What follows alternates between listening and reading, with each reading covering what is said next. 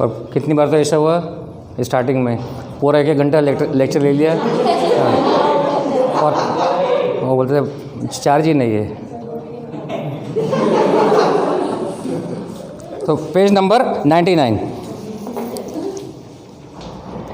Indian financial structure is mainly divided into two parts.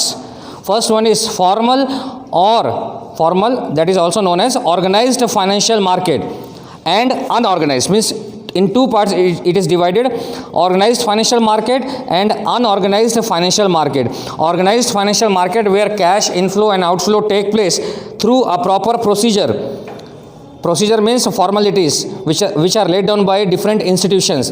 And unorganized financial market, in which proper procedures, steps, formalities are not required to follow, and transaction take place between two parties are also not recorded anywhere.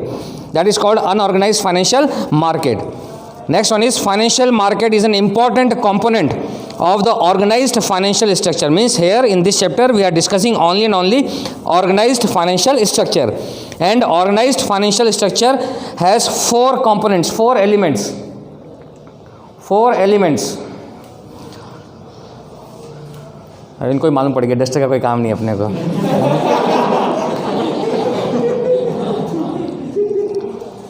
Organized financial structures are divided into 4 categories. First one is financial institutions, those who are providing loans. For example, Commercial Bank, Reserve Bank of India, these are financial institutions. Then second one is financial instruments. Financial instrument means whenever cash inflow or outflow take place, against that some documents, some certificates are issued. For example, whenever any company, public company is issuing shares, and the person who purchases shares, they are getting share certificate also, which is issued by company, public company. That is called financial instrument. So share certificate is financial instrument, debenture certificate is financial instrument, or any other documents which is issued against the loan, against the amount, that is called financial instrument. Third one is financial services. Means different types of financial services are provided by Reserve Bank of India, Commercial Bank, other financial institutions. And fourth one is financial market. When cash inflow and outflow take place between these different parties, then automatically it becomes market. And which type of market? Financial market, because here money flows, money cash inflow and cash outflow take place between two different individuals. That's why it is called financial market. So 4 components are there under organized, for 1 mark question, under organized financial structure. These are once again financial institutions, financial instruments, financial services, and 4th one is financial market. Next, directly come to page number 9.1, concept of financial market.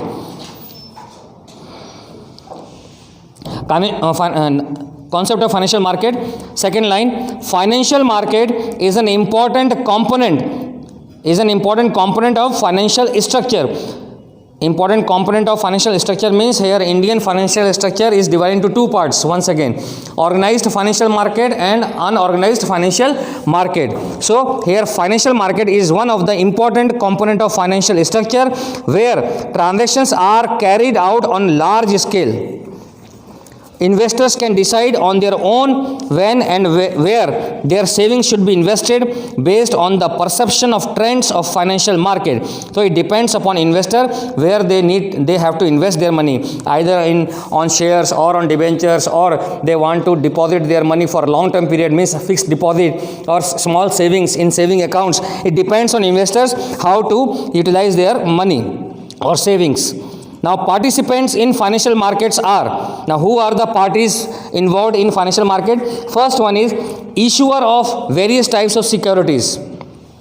Issuer or various types of securities means the company which are issuing shares or debentures or any other securities, they are called issuers of securities. And issuers of securities means they are borrowing money, means borrower of money.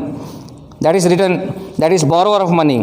Then purchaser of securities means investors, and they are also called financiaries, means they are providing finance. they are providing amount to the companies. They are called purchaser of securities. The person who purchase share, the person who purchase debenture, they are called shareholder, debenture holder. They are investors. They are providing amount to the companies. That's why they are called financiaries. And third one is financial intermediaries. In between company and investors, various middlemen develops their business like stock exchange, brokers, sub brokers, share brokers, lead manager. They are called intermediaries, middlemen between the company and the investors. They are bringing company and investors on one platform, and then bought and sold of old shares, old debentures are taken out. So that is written here. Who are participant in financial market? Three parties are there. First one is issuer of various types of securities. In simple language, borrowers of money, those who want money. Second one is purchaser of security, means those who are providing money, means financiaries. And third one is financial intermediaries like stock exchange, share broker, sub broker. These are called financial institution or financial intermediary. So total three parties are involved in financial market. Now, financial market once again, financial market definition is cash inflow and cash outflow take place between two parties.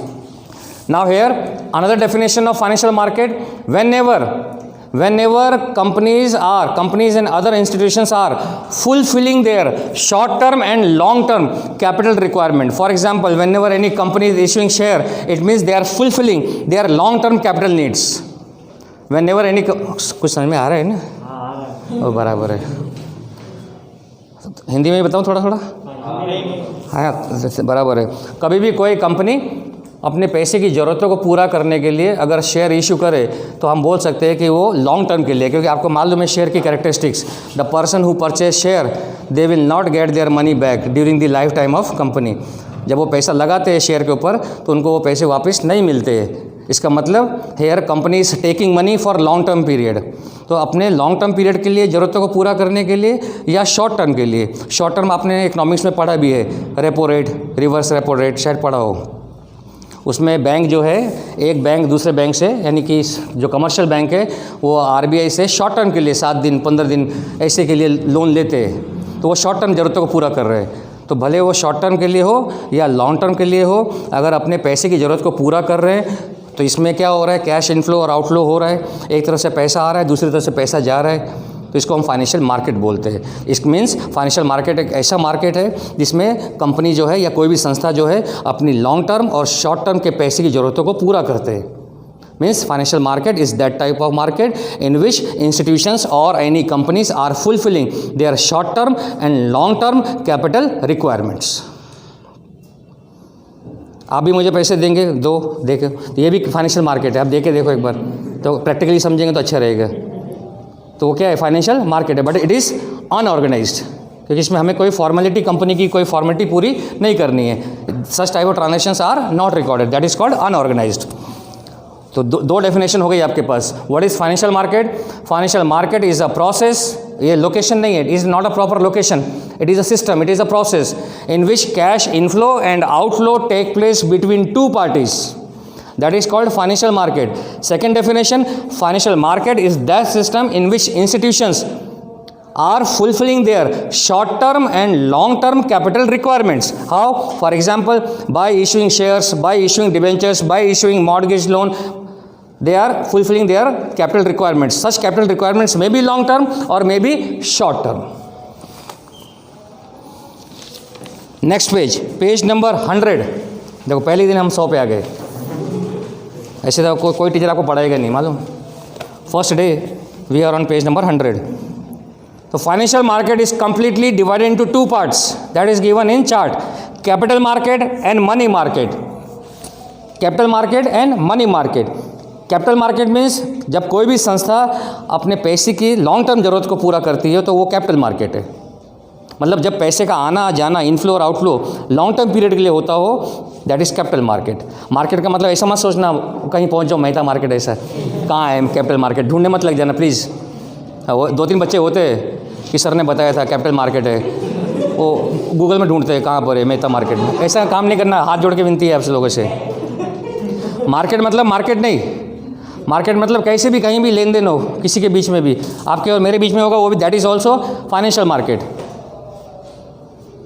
तो जब भी कोई संस्था, साथ में हिंदी में भी करते हैं, कोई भी संस्था अपने पैसे की लॉन्ग टर्म ज़रूरतों को पूरा करता हो तो उस ट्रांजैक्शन को, उस इनफ्लो आउटफ्लो को हम कैपिटल मार्केट बोलते हैं।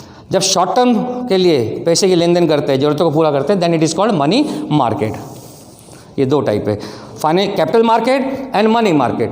पहले शॉर्ट में सीख लेते हैं। Capital market means long term capital requirement and money market means short term capital requirement.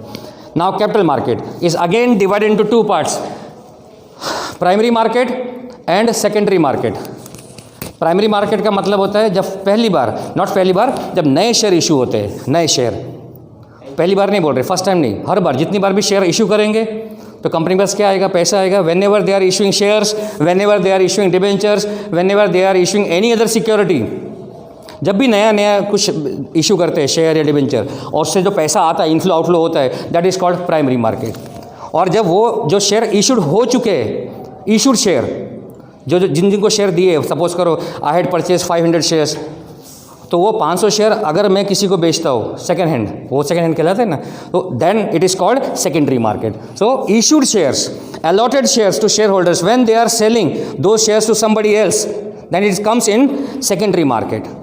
जो शेयर, नए शेयर इशू हो रहे हैं फ्रॉम कंपनी, उस टाइम जो इनफ्लो आउटफ्लो होगा, then it is called primary market.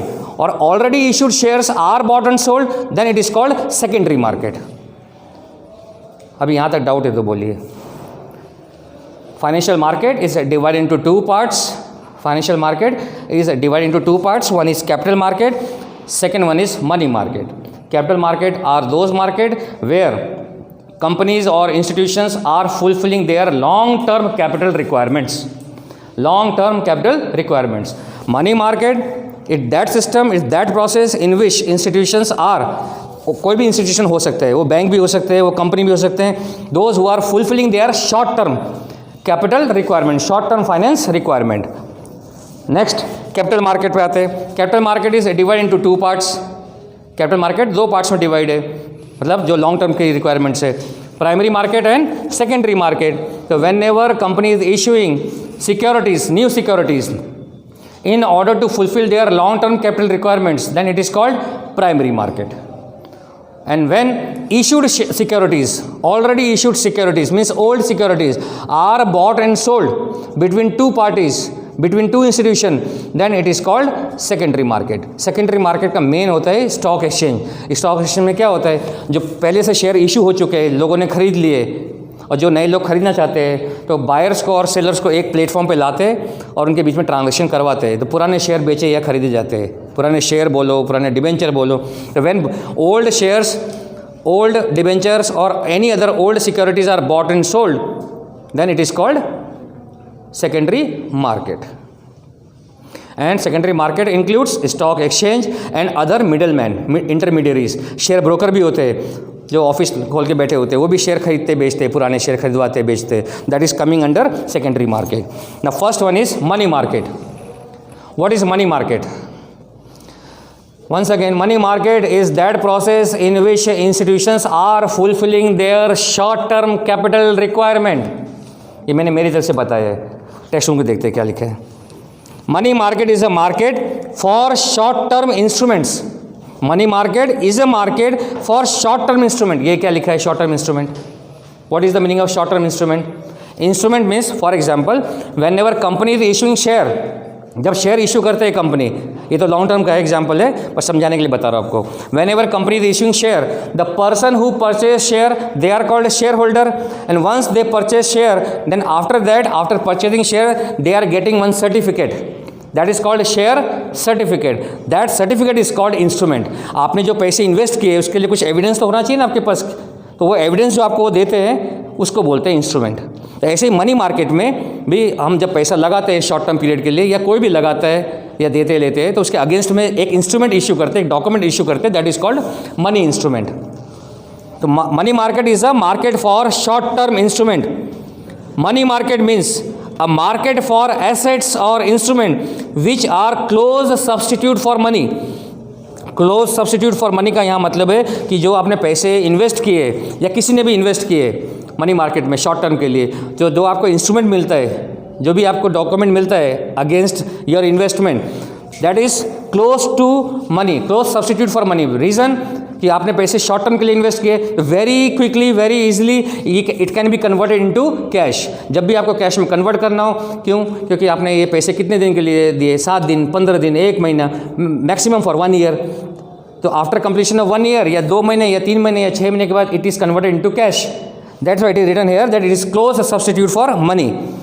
Third, next sentence, financial assets.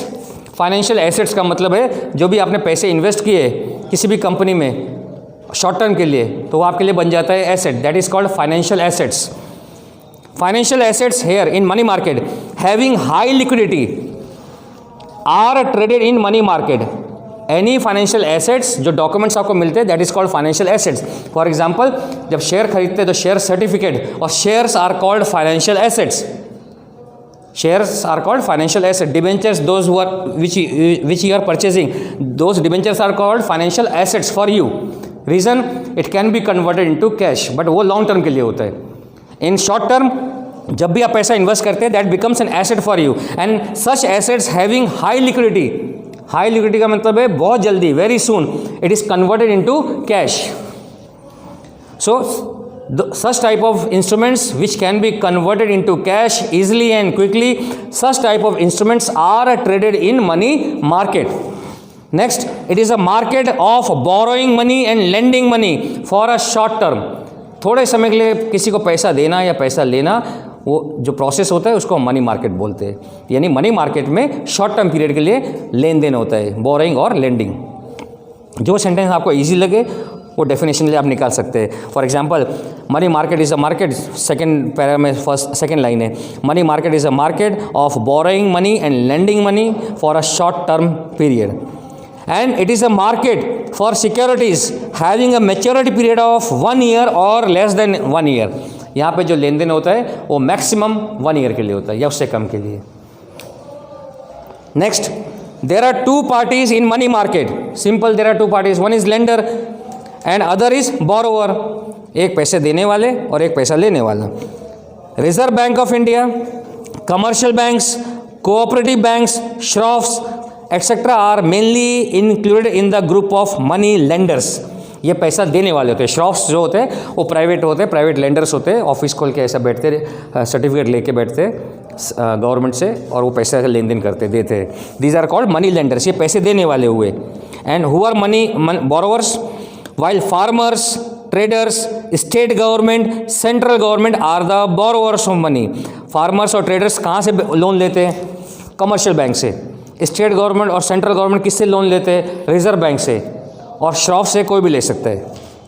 Shroff से generally central government और स्टेट गवर्नमेंट उधार नहीं लेते। श्रॉफ क्योंकि प्राइवेट लेंडर्स होते हैं, दुकान लगा के, ऑफिस लगा के मार्केट बैठते हैं ना, तो उनसे जनरली कौन लेते हैं? फार्मर्स हो गए, ट्रेडर्स हो गए, या कोई नीडी पर्सन हो गया, वो लेते हैं। तो here lenders are who are lenders in money market. कौन पैसे देने वाले हैं? रिजर्व बैंक ऑफ इंडिया देती है। किसको देती है? आपने इकोनॉमिक्स में पढ़ा है, सेंट्रल गवर्नमेंट को लोन चाहिए उनको देती है, स्टेट गवर्नमेंट को लोन चाहिए रिजर्व बैंक ऑफ इंडिया उनको लोन देती है, कमर्शियल बैंक लोन देती है पर्सनस को, इंडिविजुअल्स को, फार्मर्स हो गए, ट्रेडर्स हो गए, एनी अदर नीडी पर्सन हो गए, और श्रॉफ्स हो गए या कोऑपरेटिव बैंक से वो भी फार्मर्स या ट्रेडर्स को देती है। तो here in money market 2 parties are there, one is lender, other is borrower. Lenders are Reserve bank of India, commercial bank, cooperative banks, shroffs, and money borrowers are farmers, traders, state government, central government, these are borrowers of money. तो यहाँ पे आपका बनता है 1 mark question, who mention the name of money lenders in case of money market. तो ये आपको नाम याद रखने हैं, RBI, commercial bank, cooperative bank, shroffs. अब money borrowers, farmers, traders, state government and central government. Next, last sentence, money market is not a physical location. कोई एक प्रॉपर जगह पे, प्लेस पे मार्केट ऐसा नहीं होता है। इट इज़ अ प्रोसेस, ये सिस्टम है जहाँ भी इनफ्लो आउटफ्लो होता है किसी भी दो पार्टीज़ के बीच में शॉर्ट टर्म के लिए, हम उसको बोल सकते हैं that is money market. So money market, but again we are talking about organised, not unorganise. जो हमारे बीच में आपस में हमारे बीच में लेन देन होगा that is unorganise. Right now we are not discussing about unorganized money market. Money market is not a physical location like stock exchange, but group of various institutions tradings or dealing in money. So various institutions, those who are dealing in money, that is called a money market. It is not a physical location, proper location. Last, short and simple definition of money market can be given as follows. with definition दिए, money market is a market for dealing in short term financial assets having high liquidity with close substitutes of money. और ये hard लगे आपको definition, ऊपर से आप याद कर सकते हैं, जो भी सेंटेंस इजी लगे. Now characteristics we have already done, जो हमने ऊपर पढ़ा है उसी में से निकाले points. First one is money market is divided into two parts, organised money market and unorganised money market. First simple one, organised money market means जहाँ पे ट्रांजेक्शन्स होते हैं, उसका रिकॉर्डिंग होता है, प्रॉपर फॉर्मेलिटीज़ पूरी करनी पड़ती है इन ट्रांजेक्शन्स लेन देन में. अनऑर्गेनाइज मार्केट, उसका कोई रिकॉर्डिंग नहीं होता है, कोई फॉर्मेलिटी सेबी की, गवर्नमेंट की, कुछ रूल्स फॉलो नहीं करने. Second point is it is a market for short term instrument. It is a market for short term instrument. यहाँ पे जो पैसे का लेन देन होता है उसके अगेंस्ट में whatever documents you are receiving, that document is called instrument and that is for short term period. क्योंकि आपने पैसे दिए ही शॉर्ट टर्म पीरियड के लिए या लिए शॉर्ट टर्म पीरियड के लिए. In same point, second point, उसको आप थर्ड पॉइंट में कन्वर्ट कर सकते हैं. The maturity period under money market is 1 year और लेस देन 1 ईयर. जो इजी पॉइंट लगे वो करना है आपको. Fourth, credit worthiness of participants in money market is important. यहाँ पे शॉर्ट टर्म के लिए लेन देन होता है, that depends upon the credit worthiness means reputation. आपकी रेपुटेशन, जैसे फार्मर्स है उनको लोन चाहिए तो उनकी अगर रेपुटेशन, या किसी ट्रेडर्स को लोन चाहिए तो उनका अगर रेपुटेशन अच्छा है, रिकॉर्ड अच्छा है, तभी उनको कमर्शियल बैंक लोन देती है, अदरवाइज नहीं देती है. तो here creditworthiness is very important. Fourth one is money market, ये आपने पहले भी पढ़ लिया है, दोबारा लिखा है. Money market is not a fixed physical location but a collective structure of various institutions like RBI, वही 8 नेम लिख दे रहे हैं आपको, RBI, commercial bank, cooperative banks, financial institutions, insurance companies, traders, farmers, state government, central government sorry. Next, ये भी simple है. It is a market of financial instruments which are quickly promptly converted into cash quickly. इसको आपने short term instrument बोला है. It is a market for short term requirements. हो here liquidity is high. Liquidity high means very easily such documents, such instruments are converted into cash. Next, जो easy लगे आपको देख लो, एक दो पॉइंट और. 7th पॉइंट में देख लो, अब इजी है. Elements of risk is less. Second line है इसमें, यहाँ पे element of risk is less. Why? Because here we are investing money और बोरोइंग मनी और lending money for short term period. तो रिस्क, जो percentage of degree of risk है वो कम हो जाती है.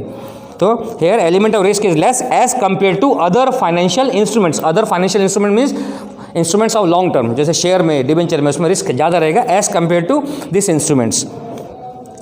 एंड लास्ट वन इज, वो पढ़ना तो पढ़ लो, वैसे ही फॉर्मेलिटी के लिए जरूरत नहीं है आपको. The success and operation of money market depends upon the banking system and financial institution.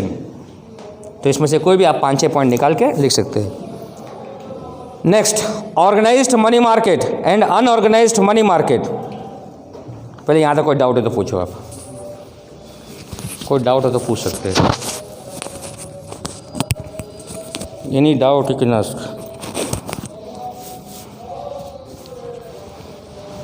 पूछो डाउट, तो मैं अपना काम कर लेता हूँ.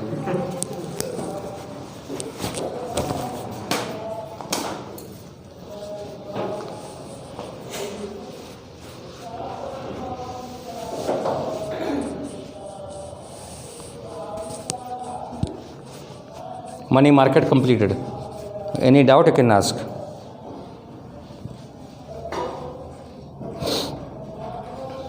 Meaning and characteristics completed. Now money market is divided into 2 parts. वो भी हमने कर लिया है.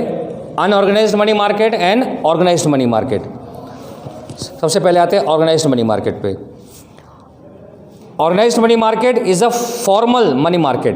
Formal here means formalities are followed, procedures are followed, laid down by the central government, Reserve Bank of India or any other institutions.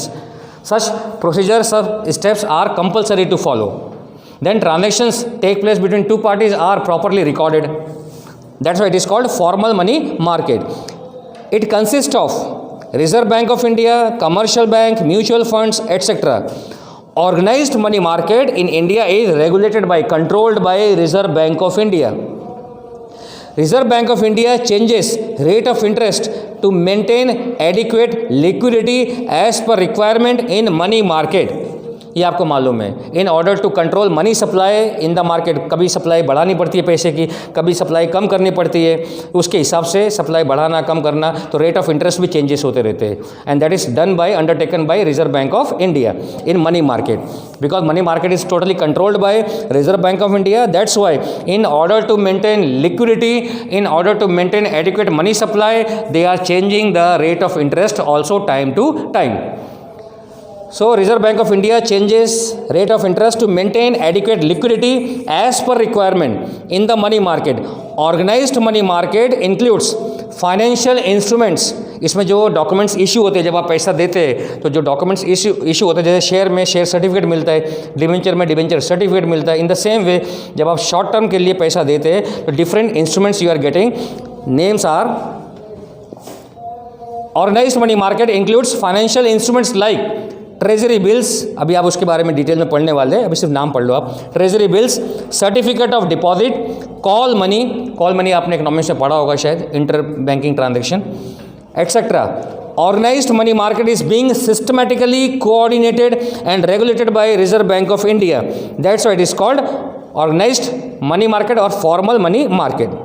इसमें proper transaction की recording होती है, प्रॉपर कोऑर्डिनेट किया जाता है, कंट्रोल किया जाता है आरबीआई के through. That's why it is called organized money market. Unorganized money market, इसमें ऐसे ही लेन देन होते हैं, देयर इज़ नो रिकॉर्डिंग, कोई आरबीआई का कोई इन्वॉल्वमेंट नहीं होता है, बस ये सिंपल है, जो जैसे आपस में हमारे बीच में लेन देन हो, that is unorganised money market. देखते हैं, इसमें पढ़ लेते फिर भी. As the unorganized money market is informal, there is no regulation of any centralized institution on it. कोई भी संस्था इसको कंट्रोल नहीं करती है. Activities are carried out without any rules and regulation. This money market consists of money lenders, landlords, pawn, indigenous bankers, Shroffs etc. ये अपनी मर्जी से अपने हिसाब से अपना ब्याज दर खुद तय करते हैं.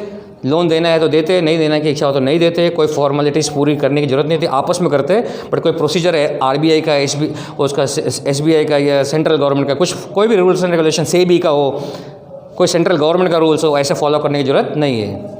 कभी इच्छा होती है तो 5% ले लेते हैं, कभी 10% लेते हैं, कोई 20% भी लेते हैं, कोई 30% भी लेते हैं. आप भी लेते हो ऐसा? नहीं, आप तो ज्वेलरी का काम करते हैं.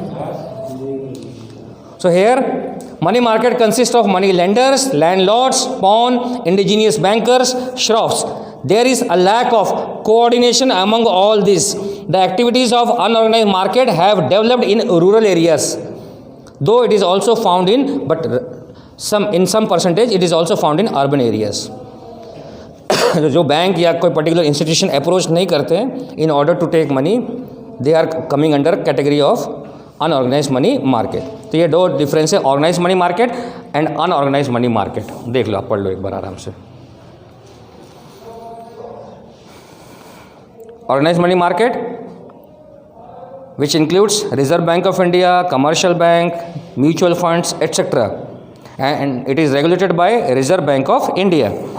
RBI has to change rate of interest time to time in order to maintain liquidity. Liquidity here means money supply as per the requirement. As per the requirement means according to the situation of inflation or deflation. Inflation हो तो इसका मतलब money supply ज़्यादा है तो उसको कम करना पड़ता है. तो कम कैसे करेंगे, उसके लिए वो डिसाइड पॉलिसी बनाते हैं. डिफ्लेशन है, इसका मतलब क्या है कि मनी सप्लाई जो है, परचेजिंग पावर लोगों की कम है, उसको कैसे बढ़ाए, उसके लिए विचार करना, उसके लिए ब्याज दर तय करते हैं. तो they are changing the rate of interest according to the requirement, according to the situation. And last sentence, in organised money market, organised money market includes various financial instruments like, बस नाम है आपको याद करने हैं, ऑल द टॉपिक में उसके बारे में पढ़ना है. Treasury bills, certificate of deposit, call money, these are financial instruments of organised money market. Unorganised money market में 2-3 सेंटेंस कर लो. It is totally an informal market. They are not required to follow any rules and regulation laid down by any institution. Unorganised money market includes money lenders, landlords, indigenous bankers, pawn, shops etcetera. And such unorganised money market are mostly found in rural areas. ज़्यादातर ये गाँव देहात में मिलते हैं. अब यहाँ तक कोई डाउट है वो पूछ लो आप.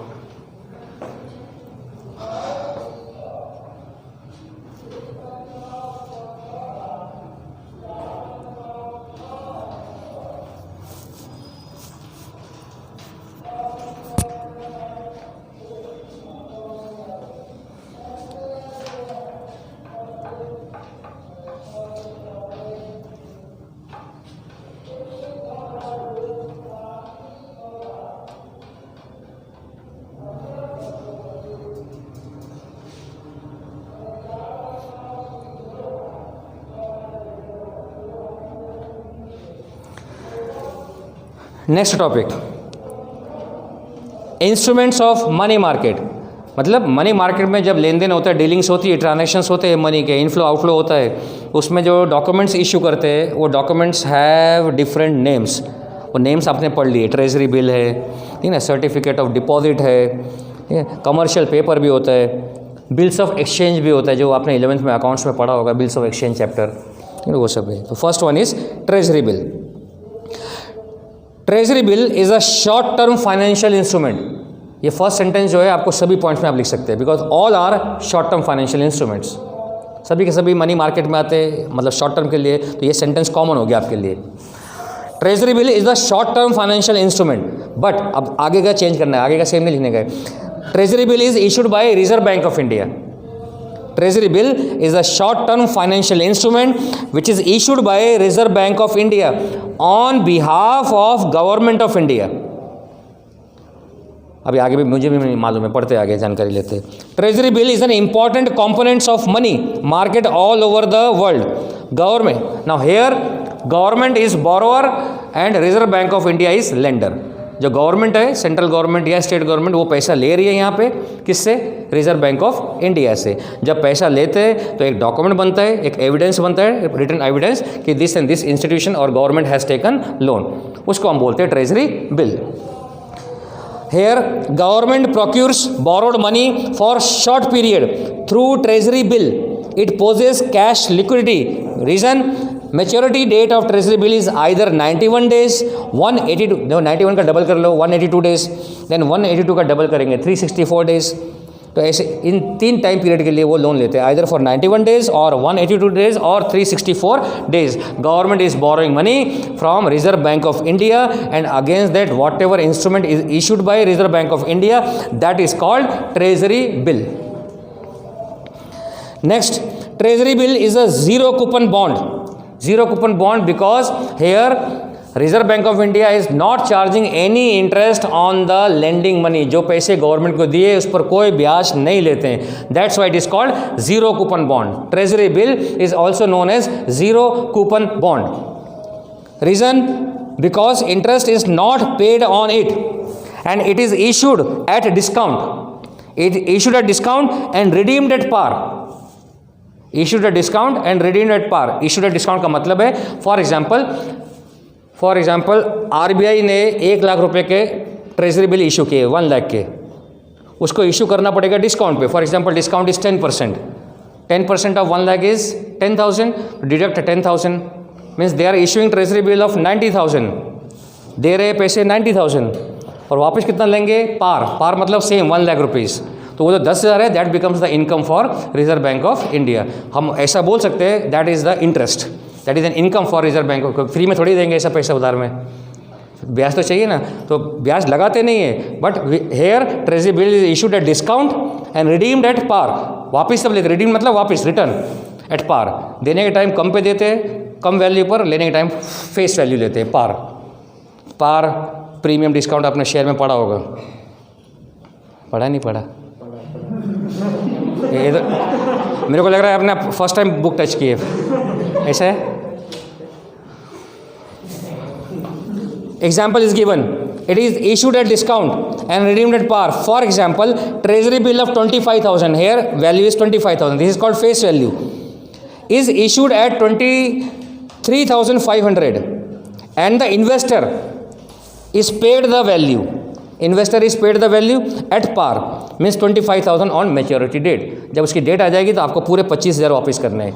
मतलब लेने के टाइम आपने लिए 23,500, वापस करने के टाइम में you are paying 25,000 means the lender of money is in gain of 1,500, that is the income for reserve bank of India. Thus the difference between these two amount is the return for investor. Who is investor in this case? Reserve bank of India. वो पैसे invest कर रहे हैं in order to earn some money. They are investing money, or we can say they are giving money to reserve government, central government in the form of borrowing. उधार के रूप में वो पैसा सेंट्रल गवर्नमेंट को दे रहे डिस्काउंट पर और ले रहे पूरा पैसा 25,000 रुपये। मतलब रिजर्व बैंक ऑफ इंडिया यहाँ पे इस ट्रांजैक्शन में दे आर अर्निंग 1,500 और शॉर्ट टर्म पीरियड का है 91 डेज 182 डेज, तो उसके हिसाब से वो डिस्काउंट देते हैं। 91 डेज है तो अभी 1,500 का है, 182 डेज के ले लेंगे तो डिस्काउंट और बढ़ जाएगा. That is called treasury bill and it is also known as T bills. T bills, चाय वाला बिल नहीं, सिर्फ टी है. हाँ, ऐसा टी. कभी चाय का बिल लेके चले जाए, ये बोलेंगे हमको पढ़ाया था ये ट्रेजरी बिल. ऐसा नहीं है.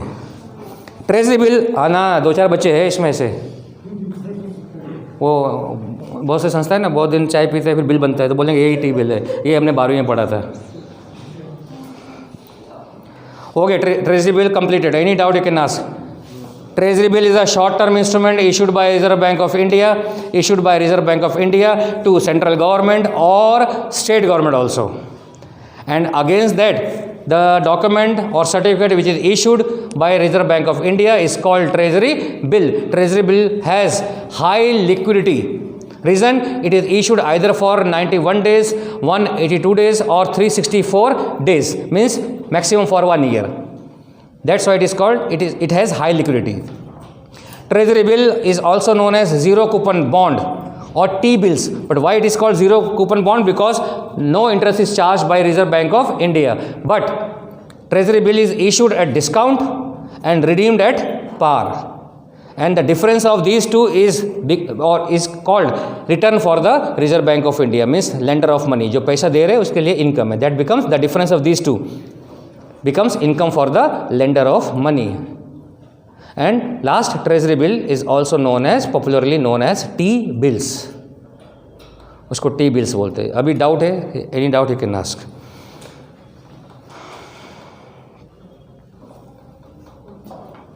तो treasury bills is issued by Reserve Bank of India to government. मतलब यहाँ पे जो लेन देन है वो सरकार और रिजर्व बैंक ऑफ इंडिया के बीच में होता है शॉर्ट टर्म पीरियड के लिए. जो पैसा देने वाले या जो पैसा लेने वाले दोनों दे रहे शॉर्ट टर्म पीरियड के लिए, ले रहे शॉर्ट टर्म पीरियड के लिए. तो सरकार और आरबीआई के बीच में जो लेन देन होती है उसमें जो डॉक्यूमेंट इशू होते हैं लेन देन के पर्पज से, that is called treasury bill. मतलब यहाँ पे कॉमन पर्सन का इन्वॉल्वमेंट नहीं है. Next, commercial paper. Commercial paper became more popular at the world level after 1980. Reserve Bank of India issued. Now, who is issuing commercial paper? Reserve Bank of India issued commercial paper first time in January 1990. In January 1990, commercial paper. But nowadays commercial paper is issued by industries also, companies also. But first time it was issued by Reserve Bank of India. Commercial paper is an unsecured. यहाँ से आपका start होता है proper definition. Commercial paper is an unsecured and short-term document like a promissory note. It is an important to procure. It is an instrument. अब आगे same definition जो आपने पहले पढ़ा था. It is an, यहाँ से आप डेफिनेशन लिख सकते हैं. Commercial paper is an instrument to procure short-term fund, and it is issued by corporate institutions, means companies having high credit worthiness. Means such companies which has good reputation in the market, such companies can issue commercial paper having high credit worthiness whose financial condition is strong. वो लिखा हुआ है आपका, financial condition is strong. तो ऐसी कोई भी company जिसकी फाइनेंशियल पोजीशन बहुत स्ट्रांग है वो कंपनी जो है कमर्शियल पेपर इशू कर सकते हैं. इसका मतलब है वो कंपनीज उधार शॉर्ट टर्म के लिए ले सकते हैं, वो कमर्शियल पेपर इशू करने का राइट रखते हैं. ठीक है, ये लिखा हुआ है. और उसके पहले लिखा है अनसिक्योर्ड. उसका क्या मतलब होता है? लगभग सभी के सभी अनसिक्योर्ड ही होते हैं. क्या मतलब? जब हम पैसा लेते हैं उधार तो हमें बदले में कोई गोल्ड या कुछ गारंटी के लिए यहाँ पे डिपॉजिट नहीं करना पड़ता है. किसी भी केस में जितने भी इंस्ट्रूमेंट्स मनी मार्केट में सभी में आपको कुछ बदले में रखना नहीं है एज अ मॉर्गेज. तो ऑल आर अनसिक्योर्ड. तो ये अनसिक्योर्ड डॉक्यूमेंट है. लाइक प्रोमिसरी नोट थोड़ा आपने 11th में bills of exchange account chapter है उसमें पढ़ा होगा. प्रोमिसरी नोट में क्या रहता है? जो पैसा लेने वाला होता है सामने से ही और शी इज़ प्रॉमिसिंग टू पे the certain amount after certain time period. वो सामने से प्रॉमिस करके बोलते हैं, लिख के देते हैं कि हम इतना जो पैसा हम आपसे ले रहे हैं, एक्चुअली पैसा नहीं लेते, वस्तु उधार लेते हैं, उसके बदले में on credit, and they are promising in writing कि हम ये पैसा इतने टाइम के बाद आपको दे देंगे. That is called promissory note. तो ये प्रॉमिसरी नोट के जैसा ही होता है. और अनसिक्योर्ड होता है, यहाँ पे पैसा लेन देन जो है बदले में कुछ भी गिरवी नहीं रखना है. और ये शॉर्ट टर्म पीरियड के लिए होता है, और ज़्यादातर वो कंपनीज़ या वो इंडस्ट्रीज़ या वो इंस्टीट्यूशन इशू करते हैं जिनका मार्केट में क्रेडिट वर्दिनेस अच्छा हो, यानी फाइनेंशियल बैकग्राउंड बहुत स्ट्रांग हो. It is negotiable instrument and therefore transferable. Such commercial paper can be transfer. जैसे शेयर्स ट्रांसफर होते हैं from one person to another person, in the same way commercial paper can also be transfer from one person to another person. Corporates and financial institutions can issue commercial paper for minimum 7 days and maximum 1 year. Maximum तो सबका 1 साल ही रहेगा, because these are all short term instruments.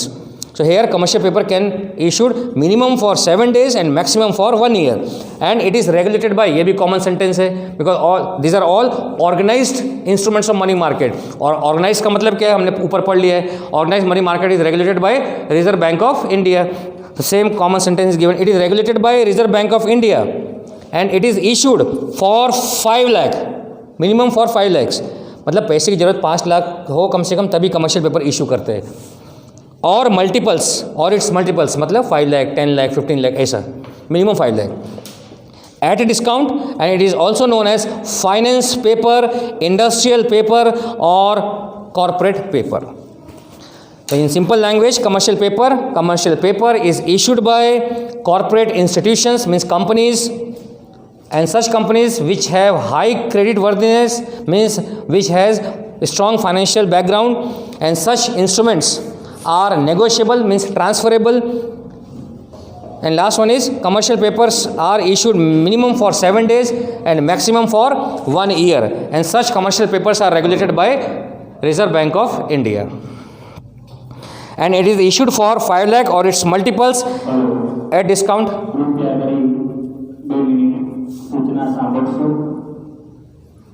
નમસ્કાર વિદ્યાર્થી મિત્રો, આજે પ્રથમ દિવસે અલ્ટ્રાવિઝન પરિવાર તરફથી આપનું હાર્દિક સ્વાગત છે. થોડી કોવિડ-19 ને લઈ સરકારશ્રીની ગાઈડલાઇન્સનું પાલન કરીશું.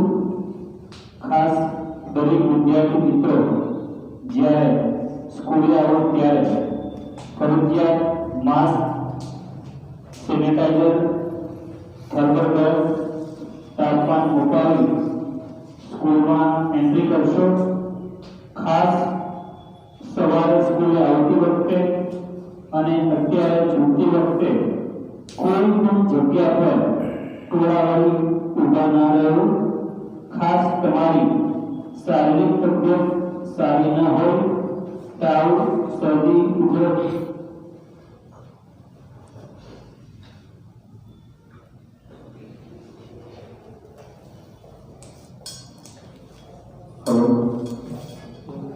કોઈ પણ વિદ્યાર્થીની તબિયત સારી ન હોય તો સ્કૂલે ખાસ ન આવવું. ખાસ કોઈ પણ વસ્તુની સ્કૂલમાં આપલે ન કરવી. પોતાનો નાસ્તો, પોતાની પાણીની બોટલ સાથે રાખવી અને ખાસ વારંવાર સેનિટાઈઝર અથવા દરેક ફ્લોર પર સાબુની સુવિધા કરેલ છે. તો ખાસ કોવિડ-19 ને ધ્યાનમાં લઈ થોડી પરિસ્થિતિને ગંભીર માની પોતાના સ્વાસ્થ્યનું ધ્યાન રાખીશું. સાથે સાથે સ્કૂલના નિયમ, સરકારશ્રીના નિયમને પાલન કરીશું. આપનું સ્વાસ્થ્ય એ અગત્યનું છે. સાથે સાથે ભણતરની બાબતમાં પણ આપણે ક્લાસની અંદર સોશિયલ તેમજ ફિઝિકલ ડિસ્ટન્સ જળવાઈ રહે તેની તમામ સુવિધાઓ કરેલ છે. તો દરેક વિદ્યાર્થીએ ક્લાસની અંદર પણ બને ખાસ માસ્ક ન કાઢવું અને ખાસ આવતી વખતે અને જતી વખતે પાર્કિંગમાં પણ તમારા મિત્રો સાથે ટોળું વળીને ઊભું ના રહેવું. તો બસ આ સૂચનાનું પાલન કરી વ્યવસ્થિત શિક્ષણને પ્રાપ્ત કરી સફળતા મેળવી એવી જ અલ્ટ્રાવિઝન પરિવારની તમામ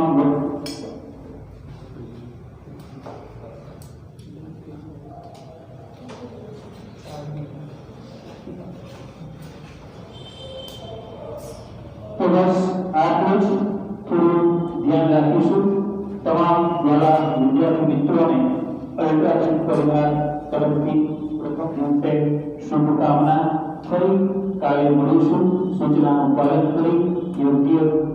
Goel Pradarsu. Thank you. So only up to commercial paper you have to do today. यहाँ तक डाउट है तो पूछ सकते हैं स्मृति। बहुत टाइम के बाद पढ़ाना चालू किया है आप लोगों को स्कूल में, कोई सजेशन हो अच्छा तो बताना। बोल नहीं कर सकते, रीजन रिकॉर्डिंग हो रहा है। हाँ, ज़्यादा बोल नहीं कर सकते, तो घर में आपके बोलेंगे ऐसे पढ़ाते हैं आपके शिक्षक, इतना बोलते हैं ऐसा बोलेंगे। डाउट है ना, चलने दो, कोई टेंशन नहीं है, वो ऊपर वाले डिलीट कर लेंगे अपने आप। वो क्या है, क्लास में रिकॉर्डिंग होता है ना, मेरी आदत है बोलने की, तो वो समझ जाते हैं, पूरा ध्यान से देखते हैं मेरा, फिर उसमें कितना डिलीट करते हैं, टक टक टक टक ऐसा करते हैं। अभी यहाँ तक कोई डाउट है तो बोलो आप। Financial market, money market, capital market. Capital market को छोड़ दो, अभी मनी मार्केट पे रहो। Money market, it's characteristics. Money market has two parts, organised, unorganised, उसमें डाउट हो तो पूछो। इंस्ट्रूमेंट्स जो इसमें लेन देन में इशू होते, 2 topics we have done, treasury bill and commercial paper, उसमें डाउट हो तो बोलो।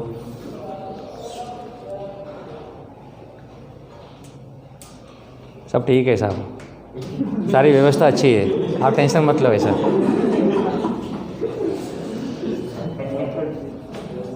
पूरी बिल्डिंग सैनिटाइज हुई है, I am the witness, I witness. हाँ सही में पूरी बिल्डिंग अच्छे से हुए, बल्कि मेरे को तो लगा क्या पौधा हमारा सूख ही नहीं रहा था, ड्राई नहीं हो रहा था, इतना सैनिटाइज किया। मास्क दिए आपको ना, लिए ऐसा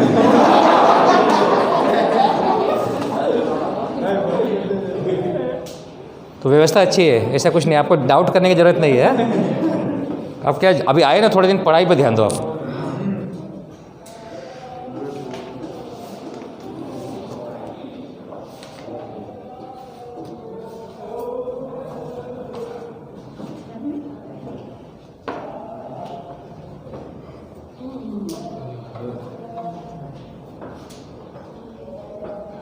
अभी ये लगाते हैं ना बेल्ट, तो थोड़ा थोड़ा ऐसा फीलिंग आता है ना, अमेरिकन पुलिस कॉप। हाँ, ये ऐसा लगाते हैं बैक साइड में, तो मैंने भी लगाया था ना, ऐसा फीलिंग आता था कॉप है। वो मूवी नहीं दिखाते बेल्ट ऐसे लगा। हाँ, कहीं किसी को फायरिंग मत करने लग जाना ऐसे मजाक में, आदत है। बहुत अच्छा लगता है ऐसे लगाने लगा, अच्छा नहीं है अगर लगे तो बेल्ट ऐसा ऐसा फिटनेस महसूस होता है। मैं तो 3 महीने लगाया था।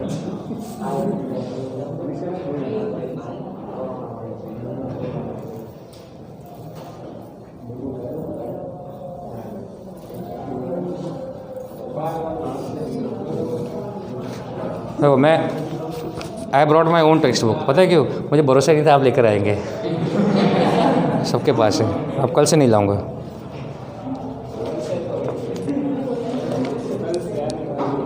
मुझे लगा था आज आप सिर्फ देखने आएंगे कौन आया है कौन नहीं आया है, ऐसा नहीं आने वाला। क्यों?